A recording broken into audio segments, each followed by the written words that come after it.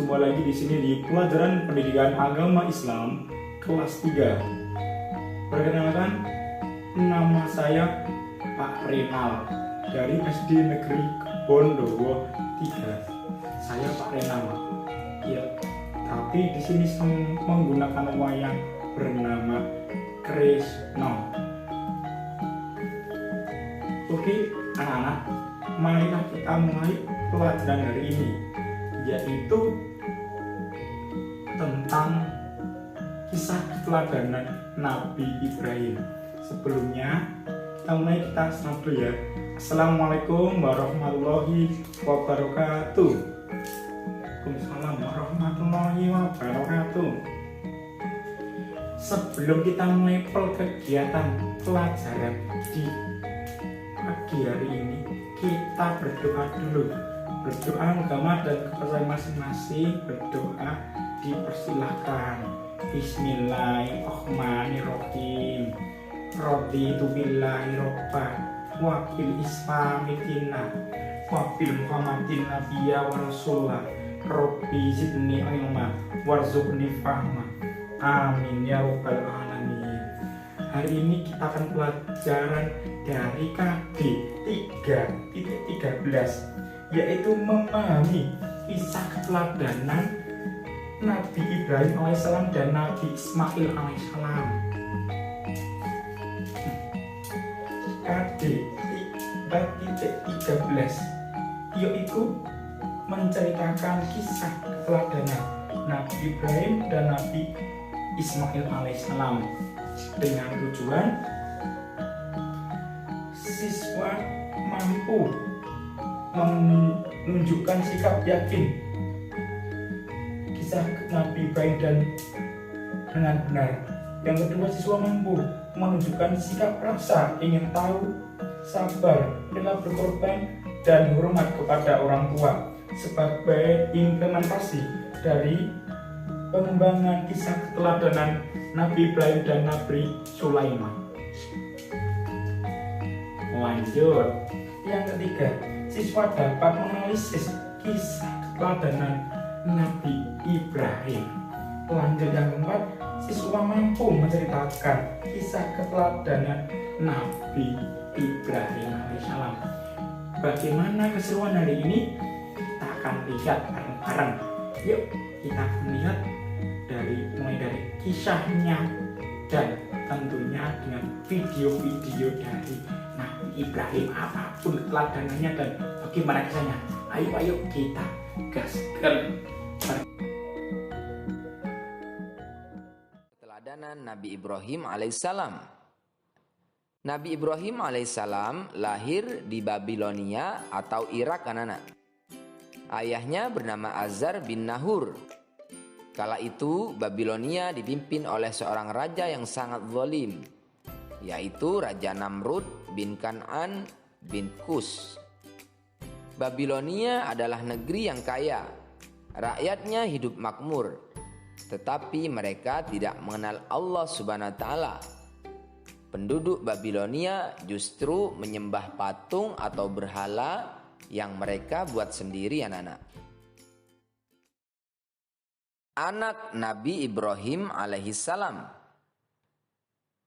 Nabi Ibrahim mempunyai dua orang anak yang bernama Ismail dan Ishak, anak-anak. Mereka saudara berbeda ibu. Oleh karena itu Nabi Ibrahim dikenal sebagai bapak para nabi. Kehidupan Nabi Ibrahim alaihissalam. Sejak kecil Nabi Ibrahim hidup di lingkungan kemusyrikan. Musyrik artinya orang-orang yang tidak mau untuk menyembah Allah, anak-anak. Melainkan yang mereka sembah adalah berhala atau patung yang mereka buat sendiri. Ayah Ibrahim yaitu Azar menyuruh beliau untuk menjual patung-patung tersebut. Atas bimbingan dari Allah Subhanahu wa Ta'ala, Nabi Ibrahim alaihissalam dapat menolaknya dengan cara halus, anak-anak. Beliau meyakini hanya Allah yang wajib dia sembah, sedangkan patung hanya buatan manusia yang bisa rusak kapan saja. Nabi Ibrahim mencari Tuhan yang sebenarnya. Ketika malam tiba, beliau melihat bintang. Dia sempat berpikir bahwa bintang itu adalah Tuhan.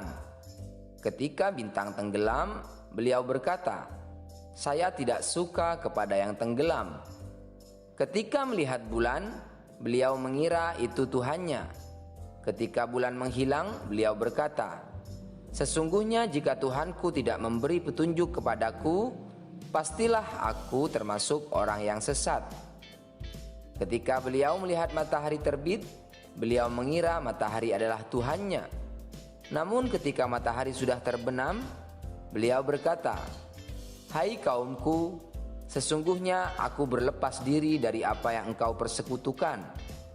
Dari kejadian itu, kemudian Nabi Ibrahim alaihissalam beriman atau yakin bahwa Tuhannya adalah Allah Subhanahu wa taala yang telah menciptakan langit beserta isinya. Nabi Ibrahim menyaksikan kekuasaan Allah Subhanahu wa taala. Suatu hari Nabi Ibrahim ingin melihat kekuasaan Allah secara langsung sambil berdoa, "Nana, ya Allah, perlihatkanlah kepadaku bagaimana engkau menghidupkan makhluk yang sudah mati." Keinginan itu dikabulkan. Kemudian Allah Subhanahu wa taala menyuruh Nabi Ibrahim alaihissalam menangkap 4 ekor burung. Setiap burung diberi tanda. Selanjutnya burung itu dicincang. Bagian-bagiannya dicampur satu sama lain. Potongan tubuh keempat burung itu dibawa, lalu diletakkan di puncak 4 buah bukit. Keempat bukit itu letaknya berjauhan satu sama lain. Kemudian Allah Subhanahu wa taala memerintahkan kepada Nabi Ibrahim alaihissalam untuk memanggil burung-burung itu. Dengan izin Allah Subhanahu wa taala, burung-burung itu hidup kembali. Semuanya utuh seperti sedia kala. Allah Maha Kuasa, menghidupkan yang mati sangatlah mudah baginya. Nabi Ibrahim alaihissalam telah melihatnya sendiri. Hatinya makin mantap, keyakinannya makin kuat, dan keimanannya makin hebat. Kejadian ini terdapat di dalam Al-Quran surat Al-Baqarah ayat 260 anak-anak. Berdakwah kepada ayahnya. Ayah Nabi Ibrahim yaitu Azar tidak hanya pembuat patung anak-anak, tetapi dia juga menyembah patung itu. Sebelum berdakwah kepada penduduk Babilonia, Nabi Ibrahim alaihissalam harus menyadarkan ayahnya dulu. Berdakwah kepada ayahnya tidaklah mudah karena ayahnya tetap bersikukuh dengan keyakinannya. Usaha Nabi Ibrahim sudah maksimal. Allah Subhanahu wa taala yang menentukan. Sebagai anak, Nabi Ibrahim alaihissalam sangat ingin menyelamatkan ayahnya dari kemusyrikan. Sikap ayahnya yang menolak ajaran Allah Subhanahu wa taala tidak membuat Nabi Ibrahim alaihissalam larut dalam kesedihan. Sikapnya tetap teguh untuk menyebarkan pesan-pesan Allah Subhanahu wa taala. Raja Namrud yang zalim. Nabi Ibrahim alaihissalam hidup pada masa Raja Namrud yang memerintah dengan kejam. Semua orang harus taat, tidak boleh melawannya. Jika ada yang berani melawannya, maka nyawa taruhannya atau mereka akan dibunuh anak-anak. Menunjukkan kelemahan patung. Orang-orang Babilonia mempunyai suatu tradisi, yaitu setiap tahun mereka pergi meninggalkan negerinya. Sewaktu Raja Namrud dan kaumnya meninggalkan negeri, kampung mereka ditinggalkan kosong. Kesempatan itu dipergunakan Nabi Ibrahim alaihissalam untuk menghancurkan patung-patung Raja Namrud dan kaumnya. Dengan kapak yang telah dipersiapkan, mulailah Nabi Ibrahim alaihissalam menghancurkan patung-patung itu satu persatu anak-anak.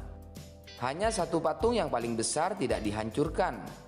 Lalu kapak yang dipergunakan untuk menghancurkan patung-patung itu dikalungkan di leher patung yang paling besar tadi. Akibat perbuatan Ibrahim. Ketika Raja Namrud dan kaumnya datang, mereka menuduh Nabi Ibrahim alaihissalam. Raja Namrud bertanya kepada Nabi Ibrahim alaihissalam, "Apakah kamu yang menghancurkan patung-patung sesembahan kami? Aku pikir barangkali berhala besar itulah yang melakukannya. Bukankah kapak yang ada di lehernya yang membuktikan perbuatannya?" Kata Ibrahim alaihissalam, "Mana mungkin berhala bisa berbuat seperti itu?" Kata Namrud, "Kalau begitu mengapa engkau sembah patung yang tidak bisa berbuat apa-apa?" Kata Ibrahim alaihissalam. Mendengar pernyataan Nabi Ibrahim alaihissalam, orang-orang yang menyaksikan banyak yang sadar selama ini mereka telah menyembah patung-patung yang tidak bisa berbuat apa-apa. Raja Namrud akhirnya marah dan memutuskan bahwa Nabi Ibrahim alaihissalam harus dibunuh dengan cara dibakar hidup-hidup.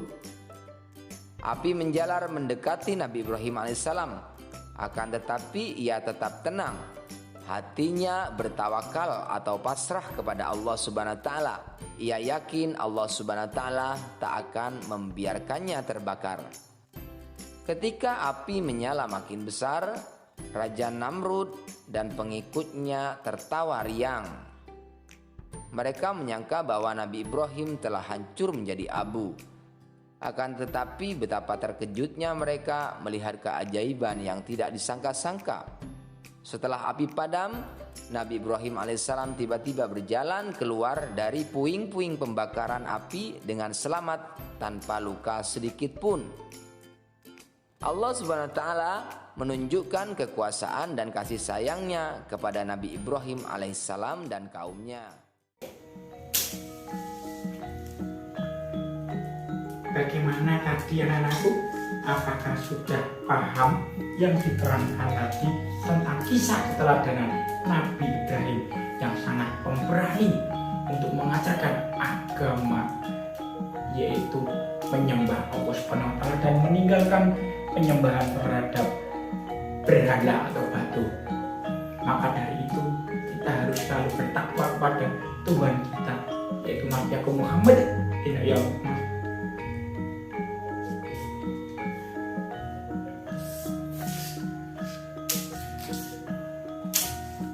Bagaimana anak-anakku semuanya? Apakah sudah paham tentang materi tadi, keteladanan Nabi Ibrahim alaihissalam? Semoga kita dapat memanfaatkan dari kisah-kisah beliau yang berani sekali untuk menumpas dari berhala-berhala atau kemusyrikan kita yang hidup pada tahun ini, di hari ini adalah zaman yang sangat era sekali dan dunia sangat sulit.